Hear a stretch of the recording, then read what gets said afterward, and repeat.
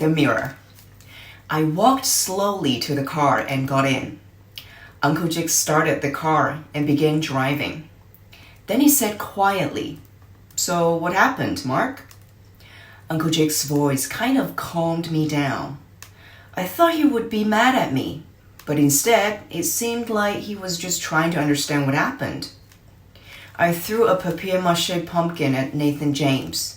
It hit him in the face, then it hit Miss Carpenter in the face. Uncle Jake kind of smiled. I didn't expect that. And then he said, "I know that part, Marc. The principal already told me. What I'm asking is, why did that happen? Why did you do it?" "Because, Nathan, it's annoying, really annoying." "So, do you throw a papier-mâché pumpkin at every person that annoys you?" he asked.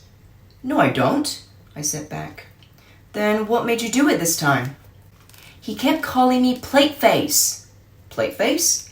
"Yes, plate face." Uncle Jake laughed. He laughed. "It's not funny," I told him. "It's kind of funny," he said. "I don't look like a plate," I told Uncle Jake. "You do have a pretty round face," Uncle Jake said. "No, I don't," I told him. And when I told him this, I have to admit, I was kind of yelling. I was really mad. Really mad. Rounder than most faces. I mean, you've seen your face, right? In a mirror. Uncle Jake asked me, still laughing a little bit. I couldn't believe this. Uncle Jake was agreeing with Nathan James and saying I actually was a plate face. Tears started to flow down my face again. I could feel my blood begin to boil. "Yes, I've seen my face in the mirror before. And I don't look like a plate," I yelled. I couldn't stop myself from screaming. It was like the whole world was against me, even my hero, Uncle Jake.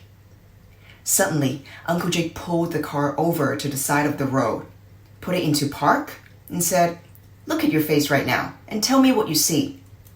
Then he flipped down the visor of the car and pointed a mirror at my face. I looked in the mirror. "I don't see a plate face," I barked at Uncle Jake. "Okay, then what do you see?" he asked. I sat and looked at myself. My face didn't look like a plate, but it was bright red. My cheeks were covered in tears. My nose even had slime running out of it. "What do you see? Really, look at yourself and tell me what you see," Uncle Jake asked again. I looked at myself, the tears, the runny nose, the red face. I knew exactly what I looked like. So I told Uncle Jake, "A baby. I looked like a big baby." Uncle Jake smiled and nodded. "And why do you think you look like a big baby?" I knew exactly where Uncle Jake was going with that question. And I knew exactly what the answer was. So I told him, "Because I'm acting like one?" Uncle Jake nodded his head. "I'll say that is a pretty good answer." "What does a baby act like?" "Well, they get mad and frustrated, and they scream and cry and throw things." "Ah, yes, they get frustrated, and they scream and cry and throw things. That sounds familiar," Uncle Jake said with a knowing look on his face. "But do you know why they do that? Because they get mad or frustrated?" "But everyone gets mad and frustrated. Those are called emotions. Anger, sadness, frustration. And then there are good emotions too, like happiness and excitement. But here's the thing. Babies can't control their emotions.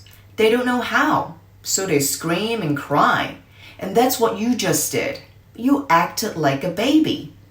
Warriors have to keep control over their emotions, especially over something as silly as someone calling you a name."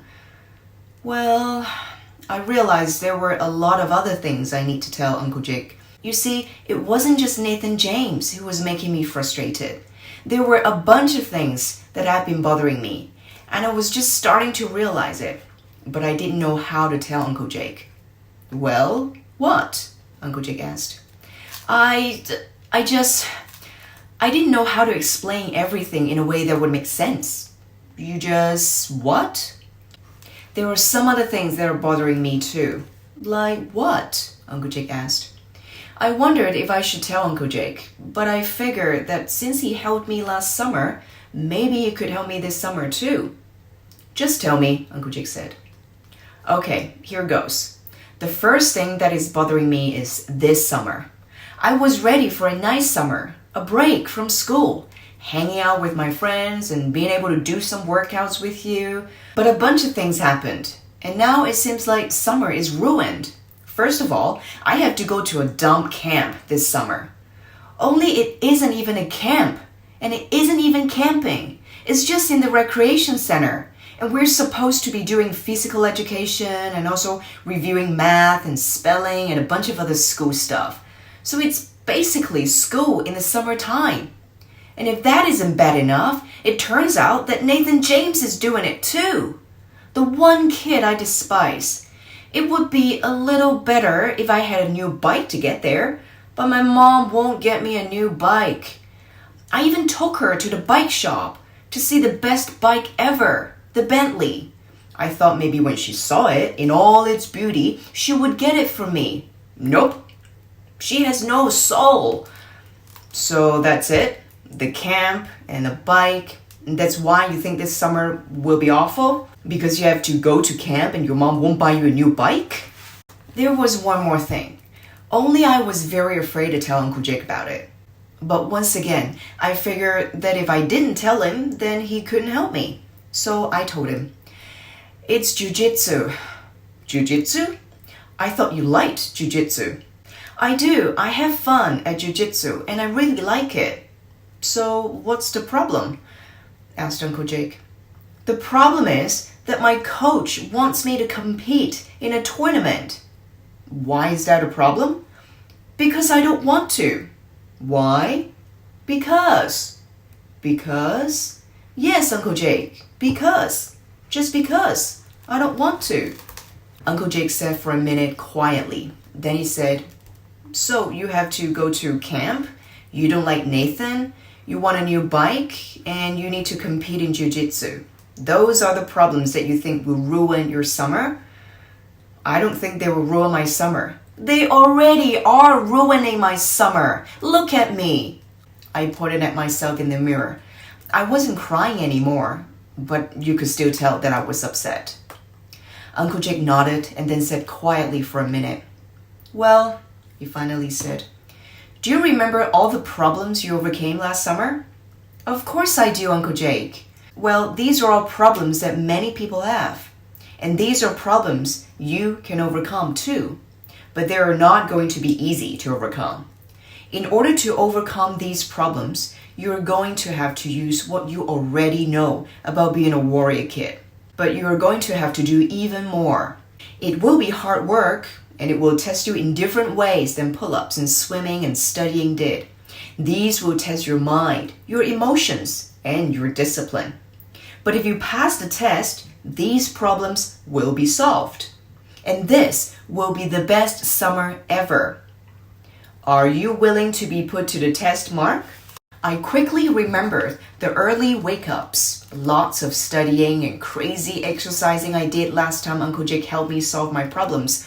But I also remember overcoming all those problems and becoming faster, stronger, and smarter than I was before.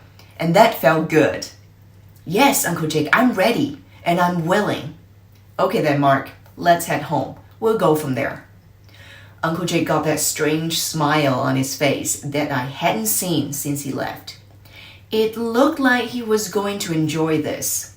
I just wasn't sure I would feel the same way. What do you think Uncle Jake is going to do with Mark that he thought he's not going to enjoy it? One main concept that this chapter covers is when Uncle Jake talked about emotions. which is very true. Think about it. Everyone, even us adults, whatever age range you're in, wherever you are, who you are, what nationalities, it doesn't matter. Everyone experiences emotions of some sort. And Uncle Jake bring up this very important concept about being able to control your emotion, and that is very important of how we position ourselves in reality. How are you going to react? Are you going to have an outburst just like Marc? Or do you think you will be able to control emotions? And even if you want to, how? And that is why I like this book so much, is that it actually gives us feasible and practical advice of exactly how we can deal with all these real life problems. And in chapter 4, Uncle Jake is going to kickstart a series of programs that he can do with Marc to start solving his problems. Okay, now that we have finished this chapter, here are some comprehension questions. See how much you actually understand. Here goes. Why was Marc's blood begin to boil? Do you remember?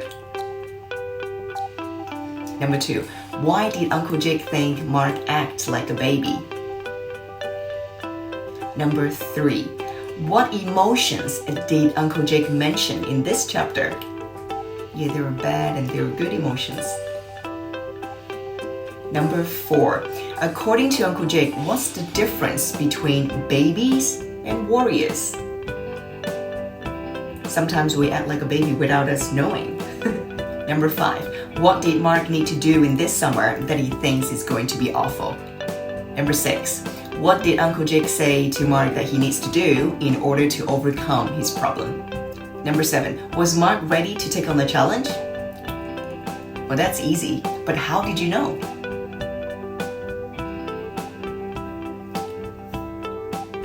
Number 8, towards the end, why do you think Uncle Jake had that strange smile? What do you think it's up to?